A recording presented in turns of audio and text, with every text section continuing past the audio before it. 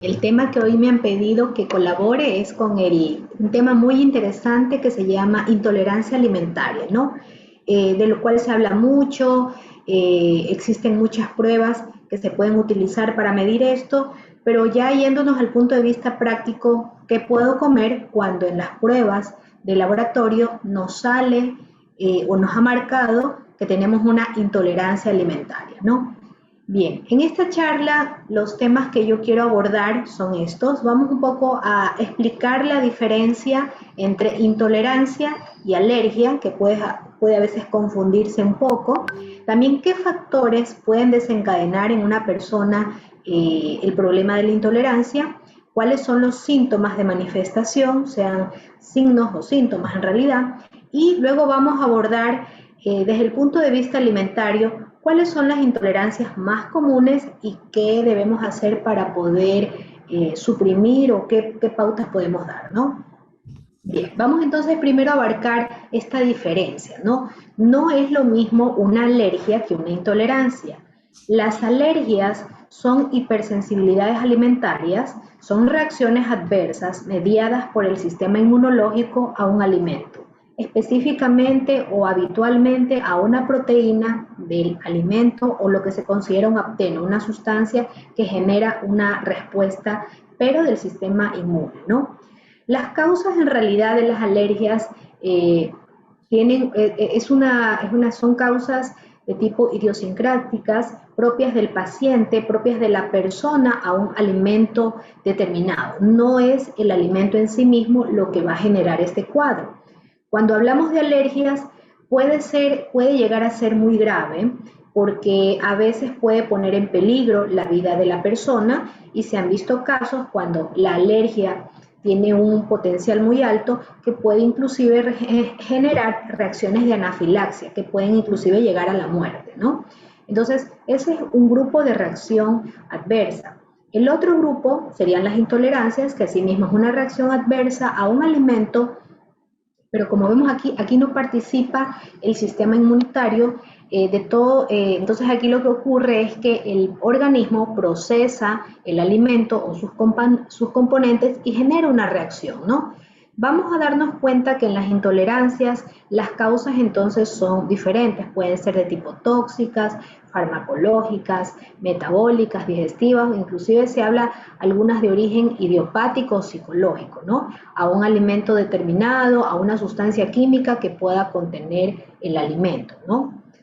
Basándonos en este concepto, les presento este cuadro donde está la clasificación en general de las reacciones adversas a los alimentos. Entonces hay un grupo que se consideran tóxicas, que son las que normalmente ocurren cuando, por ejemplo, consumimos un alimento en mal estado, cuando no hemos cocinado bien los alimentos, ¿no? Esas son las tóxicas. Y las no tóxicas hay de dos tipos, ¿no? Las que tienen un mecanismo inmunológico, las que tienen un mecanismo no inmunológico, ¿no? Las que tienen el mecanismo inmunológico son las mediadas, obviamente, por lo que se llama la inmunoglobulina E. Hay unas que son de un grupo mediadas por inmunoglobulina E y otras no mediadas, ¿no? Y dentro de las no inmunológicas estarían las que estamos viendo ahora, las intolerancias. Hay unas que son por causas farmacológicas, otras por déficit de enzimas, otras son causas en realidad indeterminadas y otras inclusive psicosomáticas. Esto lo podemos ver ahora en esta diapositiva, donde vamos a revisar qué factores pueden desencadenar una intolerancia alimentaria en una persona. Existe una serie de factores que pueden ser genéticos, orgánicos, funcionales y ambientales, que pueden promover, generar y desencadenar estas intolerancias. Entonces, en factor genético hablamos aquellas situaciones que derivan propiamente de la predisposición que el individuo tiene para desarrollar esa intolerancia, ¿no? Hay pacientes que presentan estos cuadros desde el nacimiento. Por ejemplo, si habláramos de un factor genético, por ejemplo, en la intolerancia al gluten, uno nace con una predisposición que puede manifestarse desde la infancia, ¿no? Pero también puede desarrollarse a lo largo de la vida, ¿no? Muchas intolerancias pueden ser entonces de corta duración, pero hay otras que pueden persistir por meses, años, inclusive algunas son permanentes, dependiendo de la causa, ¿no? Pero siempre también hay un componente genético. Otro componente importante son los aditivos alimentarios. Recordemos que a través de todo lo que ingrese a nuestra boca, ¿no? Y allí está un grupo de alimentos o aditivos alimentarios en realidad, que obviamente se utilizan en la industria alimentaria para mejorar la calidad, el sabor, para preservar más tiempo un alimento, ¿no? Y dentro de este grupo están los conservantes, los saborizantes, los colorantes, emulsionantes, texturizantes, todos estos componentes de los alimentos procesados y ultraprocesados pueden tener un efecto desencadenante de intolerancias alimentarias, ¿sí? Porque son moléculas que no son naturales, sino son sintéticas. Entonces, cuando se consume en gran cantidad durante toda la vida, esto puede ser una causa más o un factor asociado más al desarrollar intolerancia alimentaria. Bien, otro aspecto, otro factor serían todos aquellos compuestos ambientales, compuestos orgánicos persistentes que están rodeándonos en el día a día, ¿no? Como el plomo, el mercurio, los metales pesados, compuestos orgánicos, ¿sí? Como por ejemplo hormonas sintéticas, pesticidas, herbicidas, fungicidas, todos los productos petroquímicos, que obviamente no es de ahora, esto es de años, de décadas, a los cuales hemos estado expuestos, ¿no? Y sobre todo, más aún en este último siglo, ¿no? En estos últimos años, no hay clarificación sobre cuál es el impacto en forma específica de cada una de estas sustancias, de las múltiples sustancias que hay y que nos rodean, ¿no? Tenemos datos generales, pero específicamente como son tantas sustancias y como estamos expuestos a todo ello, ¿no? La suma de todo eso también es un factor más, ¿no? Entonces, ahí tenemos otra razón, otra explicación. También muchas veces ciertos alimentos contienen de forma natural sustancias que el cuerpo las considera alergenos o tóxicos, ¿no? Generalmente, casi los alimentos todos en general obviamente son buenos, pero hablamos de intolerancias, por ejemplo, en el caso de la soya, ¿no? La semilla de soya, que es una leguminosa, ¿no? Puede tener, o sea, contiene en su composición unas sustancias que se denominan las antitripsinas, que inhiben las enzimas que sirven para digerir las proteínas, ¿no? Cuando obviamente a la semilla de soya se la cocina, esto se inactiva, pero si las consumimos crudas, ¿no? Sin cocinar, va a estar presente esa sustancia ahí que el cuerpo la puede considerar un tóxico, un alergeno, y ahí vemos otra razón, otra causa que podría generar una intolerancia, por ejemplo, a la soya, ¿no? Y así podríamos mencionar múltiples ejemplos. Otro aspecto muy importante y que yo lo veo hoy en día con más variedad y grandemente en pacientes, tanto adultos como en niños, es la madurez del sistema intestinal y la permeabilidad intestinal, ¿no? Obviamente el niño cuando nace, nace con un sistema gastrointestinal que no está todavía completamente maduro, ¿no? Y sufre varias etapas que dependen mucho de su alimentación para que este proceso se vaya cumpliendo con respecto al niño va creciendo y desarrollándose, ¿no? Hay aspectos que incluso podemos mencionar desde antes de nacer, ¿no? Cuando la madre tiene en su vientre al bebé, la alimentación que lleva va a influir mucho en esa barrera intestinal, en esa microbiota intestinal que hay dentro del tracto gastrointestinal, ¿no?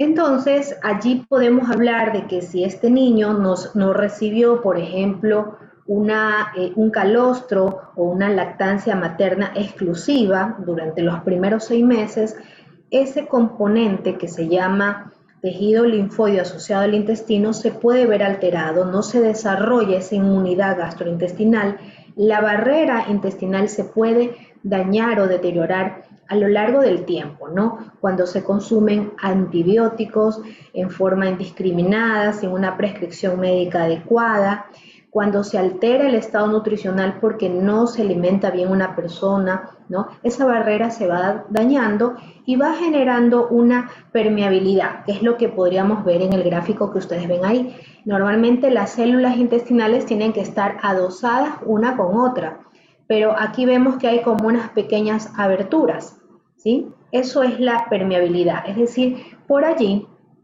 obviamente, cuando ingresa alimento a la boca, cualquier microorganismo, el cuerpo lo va a considerar un alergeno, pero también el cuerpo empieza a considerar alergeno a aquellas sustancias que normalmente son inocuas, como sería un alimento, ¿no? Como los que normalmente siempre se consumen, ¿no? Pero es porque se da este daño de la barrera intestinal, ¿no?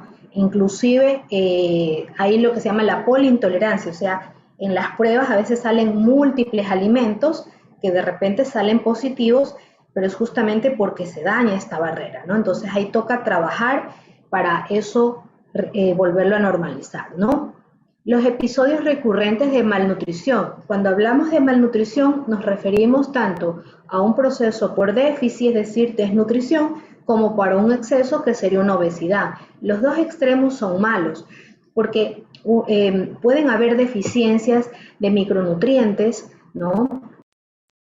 Para ciertos procesos metabólicos dentro del cuerpo, como pueden ser deficiencias de vitaminas, de minerales, los antioxidantes, que son muy importantes para eliminar los radicales libres del cuerpo, ¿sí? Que dañan mucho nuestras células, así como el exceso de xenobióticos, de contaminantes ambientales externos, todo esto que hemos mencionado, ¿no? Generan un daño de nuestro estado nutricional y entonces no tenemos esa capacidad protectora o preventiva y puede haber un cuadro que es de síndrome de intestino hiperpermeable y esta es una causa más que podría ser de las intolerancias alimentarias, ¿no? Entonces, como vemos, son muchos aspectos los cuales pueden generar a esto, ¿no? Entonces, viéndolo en forma resumida, aquí tenemos un cuadrito donde nos dice cómo podemos clasificar a las intolerancias alimentarias.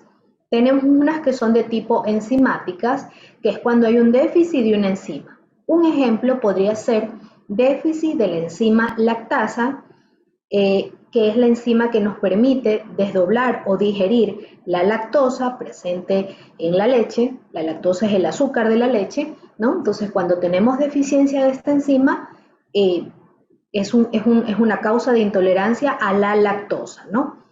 Bien, otra causa que vemos aquí es la farmacológica. La farmacológica, entonces, por ejemplo, podríamos aquí mencionar que a veces algunos alimentos pueden contener grandes cantidades de sustancias químicas que se denominan sustancias vasoactivas, aminas vasoactivas, como por ejemplo la histamina, la serotonina, la fenilalanina, la tiramina o la dopamina, que pueden generar un cuadro parecido a una reacción alérgica, ¿no? Donde, por ejemplo, en alimentos como el queso, el vino tinto, las fresas, el chocolate, ¿no? Entre otros, pueden generar estos cuadros de intolerancia, ¿no? También dolor de cabeza, lesiones cutáneas, ya vamos a ver después cuáles son los síntomas.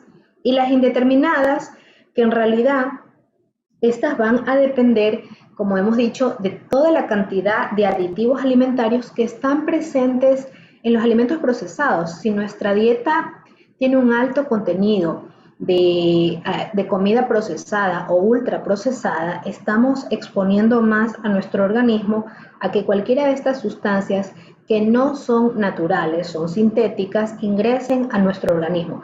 Y peor aún si hemos consumido esto desde edades tempranas, si hay un componente, la predisposición es mayor y entonces ahí vendrían las intolerancias que podemos desarrollar ya en la edad adulta, ¿no? Bien, vamos a ver ahora cuáles son los síntomas de las intolerancias alimentarias, ¿no? Existen múltiples cuadros que el paciente puede presentar, ¿sí? Y que van a afectar a las personas día a día y que a veces no saben cuál es la causa y cuando ya se empieza a investigar se encuentra que ese alimento está asociado a esta sintomatología, ¿no? Entonces aquí vemos de mayor a menor.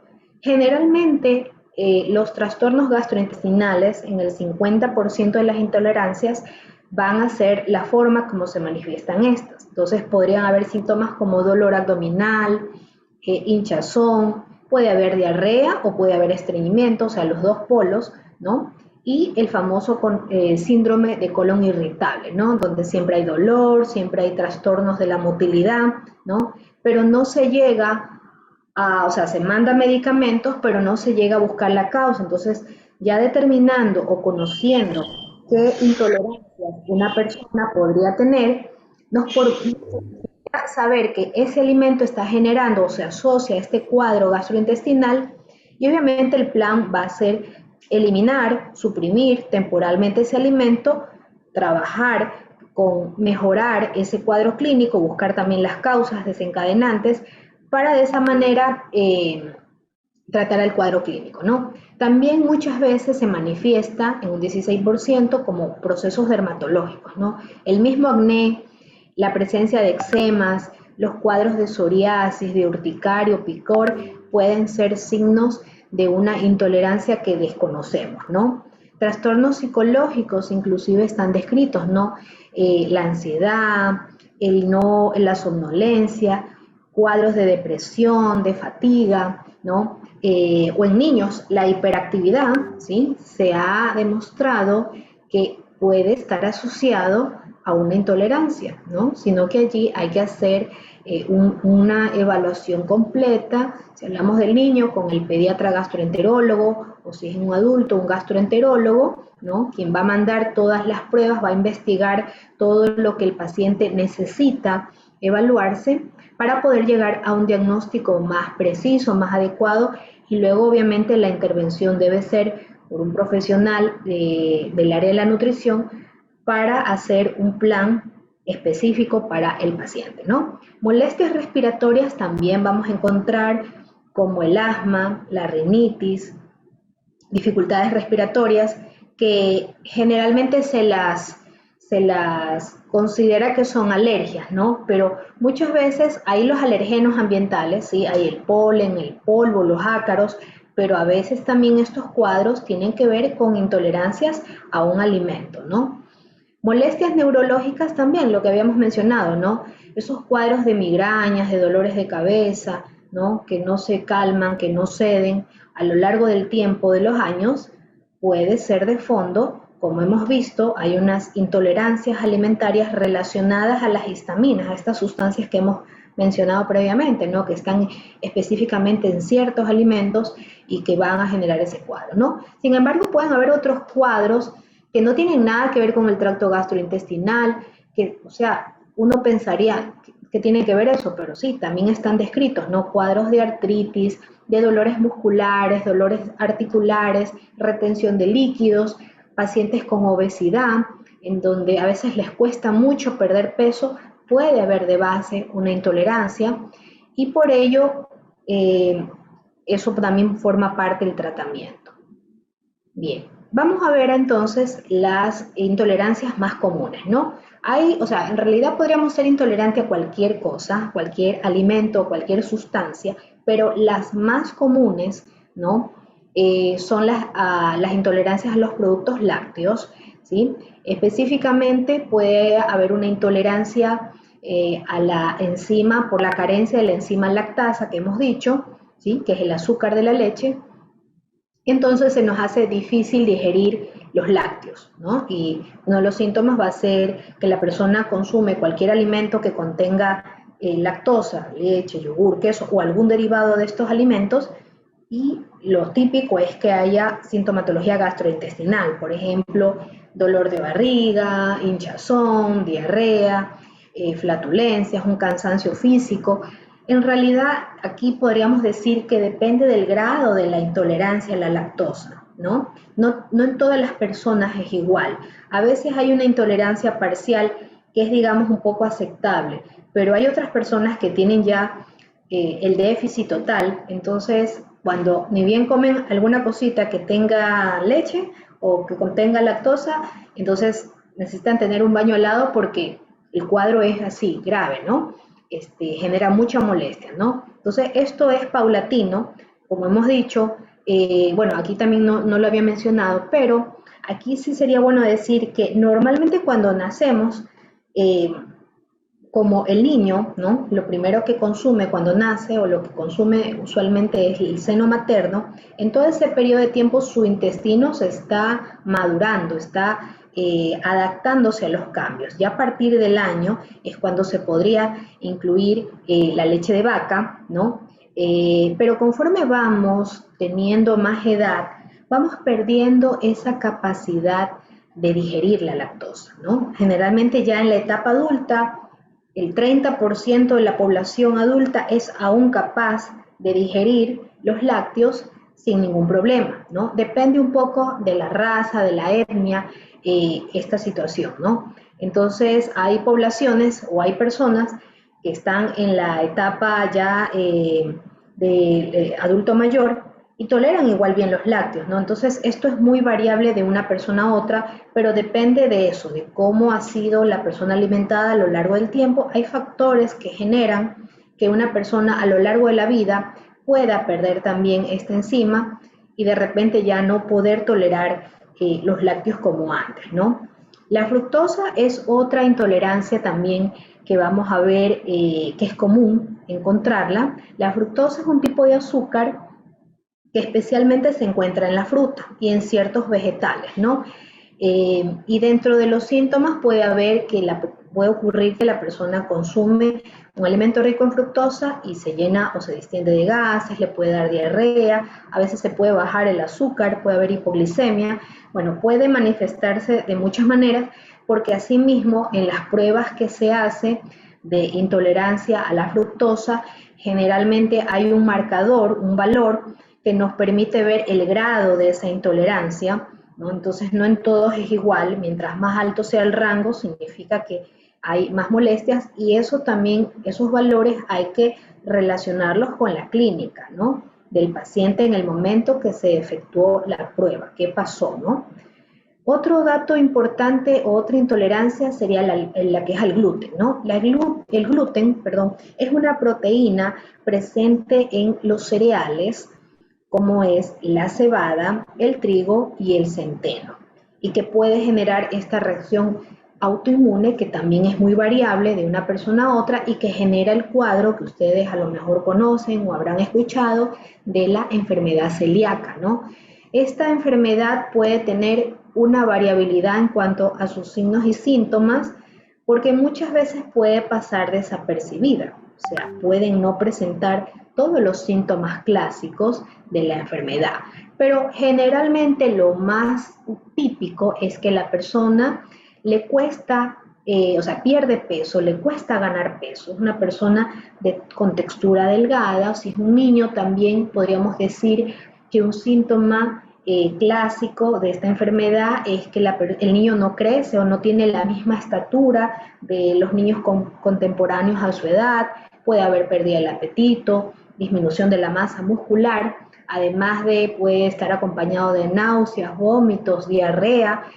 Esto hablando de los síntomas gastrointestinales, pero también en enfermedad celíaca hay manifestaciones extraintestinales que pueden inclusive, nos describen los textos o hemos visto pacientes que tienen problemas de depresión, de dolor de cabeza, inclusive la infertilidad puede estar asociada a una intolerancia al gluten.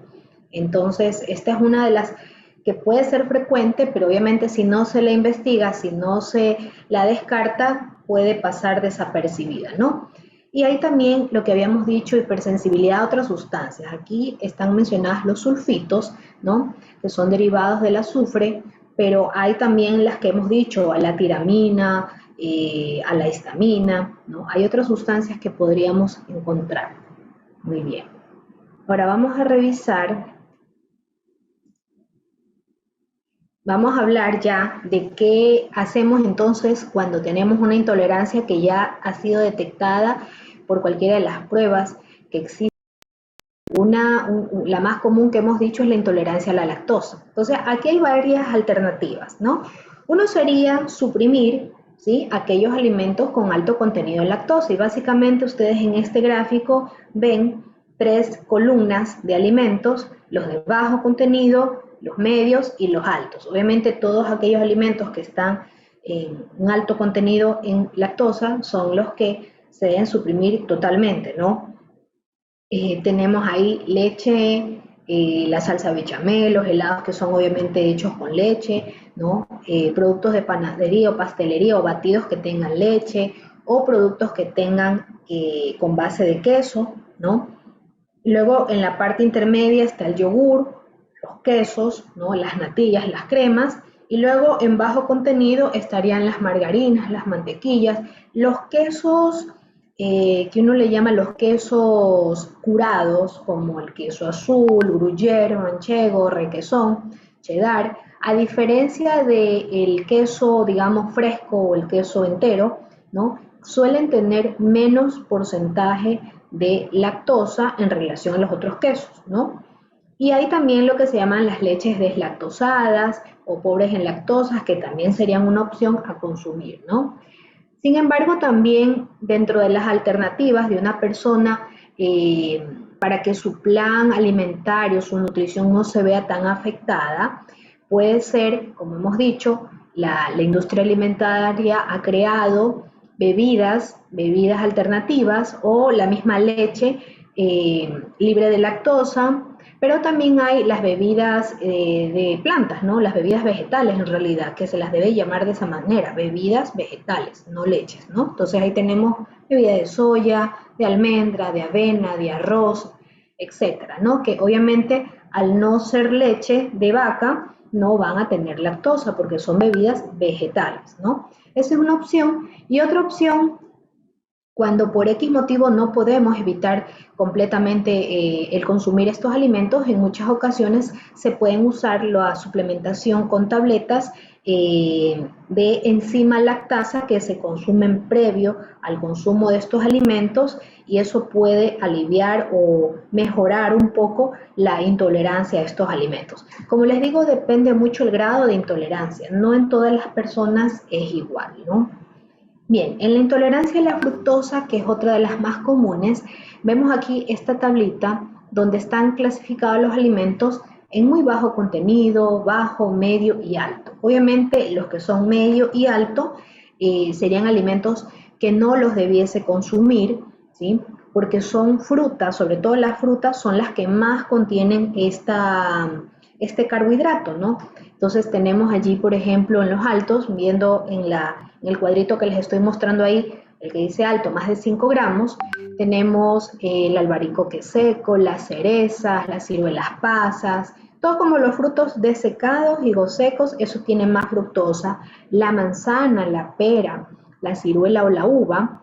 Abajo, si se dan cuenta, están todos los azúcares que una persona podría también consumir, ¿no? La miel, la jalea real, las mermeladas, las bebidas que tienen azúcar blanca, azúcar morena, las frutas en almíbar, los chocolates, los membrillos, todo eso va a generar molestias en una persona que tiene, que se ha descubierto que tiene intolerancia a la fructosa, ¿no? En grado medio están las frutillas, los arándanos, la guayaba, el kiwi, el jugo de naranja, el zumo de naranja, perdón, la piña, la banana.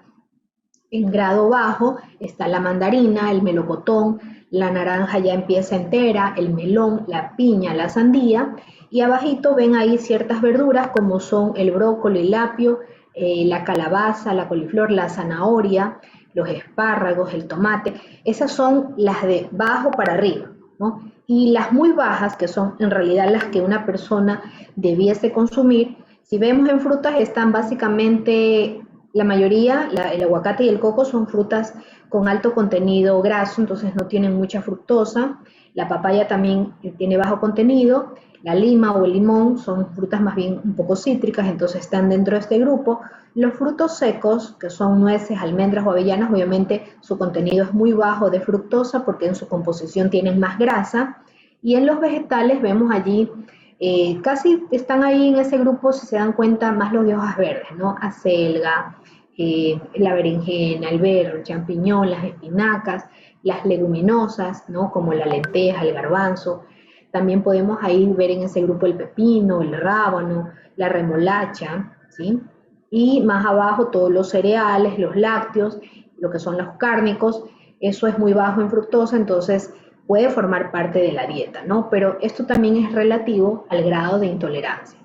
Habíamos mencionado también que la tiramina puede haber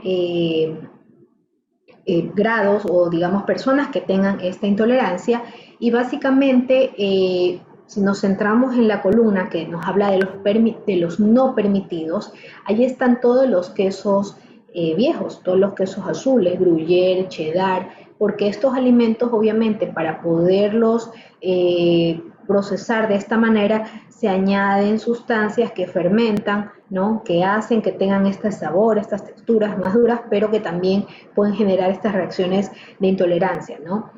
Todo lo que son alimentos ahumados, fermentados, como el salami, el tofu, pepperoni, obviamente no, productos de soya fermentados, el plátano muy maduro, el chocolate, ¿sí? Que la gente consume mucho, salsas con queso, bebidas alcohólicas, ¿sí? Bebidas como el vino tinto, especialmente el vermut, la cerveza y componentes como el glutamato monosódico, que a veces se consume mucho en la dieta, los extractos de carnes o el vinagre, ¿no?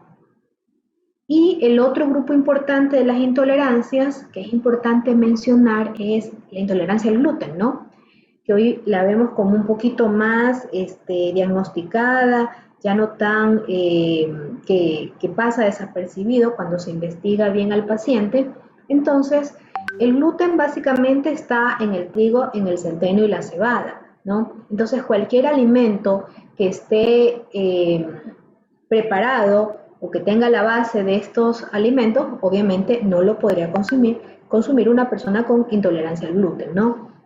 Y aquí vemos, por ejemplo, que toda harina que sea con trigo, toda galleta, pan, pizza o todo producto que contenga trigo, ¿sí? No debe ser consumido, ¿no? Lo mismo el que contenga cebada, centeno o salvados de germen de trigo, etcétera, ¿no? Alimentos que puedan tener también contaminación, o sea, eso es importante para ello revisar la etiqueta nutricional y revisar los ingredientes y generalmente lo que se busca es que el alimento, porque es más en alimentos procesados, que tengan el logo que diga libre de gluten. Ahí vamos a tener la certeza de que realmente estamos haciendo un plan alimentario que no va a tener este componente, ¿no? Y entonces me dirán, bueno, ¿qué como si tuviese intolerancia al gluten? A mano izquierda, ¿sí? En esta columna vemos los cereales que sí se pueden comer, ¿no? O sea, hay otras opciones, no solo trigo, ¿no? Tenemos el amaranto, tenemos el maíz, tenemos la papa, el arroz, la quinoa, la soya, las leguminosas, todas en general, cualquiera de estas, ¿no? Con estas hoy en día vemos más opciones. Hay harinas, por ejemplo, de garbanzo, harina de haba, harina de maíz, ¿no? Con el cual se pueden elaborar o son un similar a las harinas que podríamos utilizar para hacer un panqueque, para hacer una torta, para hacer una masa de una pizza, ¿no? Entonces también dentro de los tubérculos, la papa obviamente no tiene gluten, no tiene el arroz, ¿no? Ni el maíz, ni la yuca, ¿no? Entonces cualquier galleta o alimento que sean a base de estos otros alimentos sí se podrían consumir. Luego acá vemos el resto de grupos alimentarios. Los postres, obviamente al ser alimentos procesados, puede contener trazas pequeñitas que en una persona con intolerancia al gluten se deben evitar, ¿no? Los lácteos en general, si es leche solamente, no, pero a veces hay lácteos que vienen, por ejemplo, con cereal, ¿no? Los yogures especialmente no vienen con cereal, entonces hay que ver de qué tipo de cereal es, porque ahí puede haber gluten, ¿no? Los quesos asimismo no habría problema, salvo que sea un queso mezclado con algo, entonces por ello hay que revisar las etiquetas. Los huevos se pueden comer sin ningún problema si solo hay intolerancia al gluten. Recuerden que en intolerancias no solo vamos a encontrar a veces solo el gluten, a veces hay múltiples intolerancias, entonces sí se vuelve un poco complejo cuando hay múltiples intolerancias, ¿no? Porque hay que buscar sustitutos, ¿no? Luego tenemos los cárnicos, todo lo que es pollo, pescado, eso no tiene gluten, salvo que, por ejemplo, la carne sea una carne que uno hace con la harina de trigo, ¿no? Que hace carne apanada o rebozados. Allí podría haber contaminación de gluten. En las leguminosas, asimismo, no hay problema porque las leguminosas son granos, son alimentos naturales y no tienen ninguno de estos componentes. Y en los productos de salsas, aderezos, en realidad depende del componente y hay que chequear bien la etiqueta, ¿no? Porque pueden tener a veces estas salsas sustancias que se utilizan como espesantes. Entonces, para que la salsa quede más espesa, por ejemplo, podría tener un almidón de trigo, algo que se utilizó para espesar y ya ahí hay contaminación con gluten, ¿no? Entonces, es muy importante que ustedes, además de tener estos conocimientos básicos, siempre visiten, si en algún momento se hacen las pruebas o ya tienen un diagnóstico preciso, ¿no? Visiten de la salud, ¿sí? Para que tengan una orientación más clara de qué deben de comer para que su dieta no sea tan desbalanceada. Un aspecto importante es leer la etiqueta. Aquí vemos, por ejemplo, los ingredientes. El semáforo les va a poner, por ahí alguien ya lo... el semáforo simplemente les va a decir si es alto en sal, si es alto en azúcar, pero no les va a decir qué ingredientes tiene. Entonces tienen que ir a la parte donde dice ingredientes. Entonces, dependiendo, porque esto es necesario en un alimento procesado, ¿no? Tenemos que saber qué contiene el alimento. Aquí, por ejemplo, dice, y está en letritas más oscuritas, ¿no? Dice, puede contener trazas de trigo, leche, huevo, pescado o crustáceos, ¿no? Tiene también lactosa, por ejemplo, este. Entonces, toca un poco ser más precavido para analizar bien lo que vamos a comer, pero siempre también, como les digo, con la guía de un profesional para que les pueda dar una pauta, una orientación. Acá, por ejemplo, si tenemos otro alimento, si por ejemplo tuviese la persona una intolerancia al gluten, no podría porque contiene harina de trigo y tiene también extracto de malta de cebada, entonces no debería, ¿no? Y vemos también que puede contener leche, entonces al ya contener leche significa que esto también tendría, además de leche, obviamente lactosa, ¿no? Y en el gráfico de mano derecha, por ejemplo, nos dice, es en inglés, pero es soya, ¿no? Contiene soya, suponiendo que la persona tuviese un problema de intolerancia a la soya. Entonces es muy importante chequear eso.